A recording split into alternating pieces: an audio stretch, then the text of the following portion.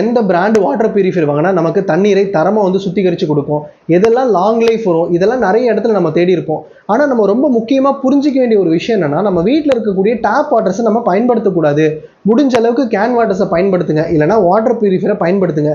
இல்லைனா நமக்கு நிறைய பிரச்சனைகள் வரும். இது எல்லார் இடத்துலையும் சொல்லிக்கிட்டே இருக்கிறாங்க. நான் உட்பட, நீங்கள் உட்பட நம்ம எல்லாருமே கேன் வாட்டர்ஸ் பயன்படுத்துகிறோம், இல்லைனா வாட்டர் பியூரிஃபையர் தான் பயன்படுத்துகிறோம்.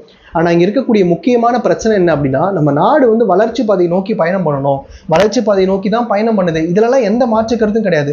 மற்ற நாடோட நீங்கள் கம்பேர் பண்ணி பார்த்தீங்கன்னா, நம்ம நாட்டில் இருக்கக்கூடிய நீர் வளம், நில வளம் அப்படிங்கிறது ரொம்ப குறைவாக இருக்குது. இதில் இங்கே சிக்கல் எங்கே அதிகமாகுது அப்படின்னா, நம்ம நாட்டில் இருக்கக்கூடிய மக்கள் தொகை அப்படிங்கிறது ஏராளம்.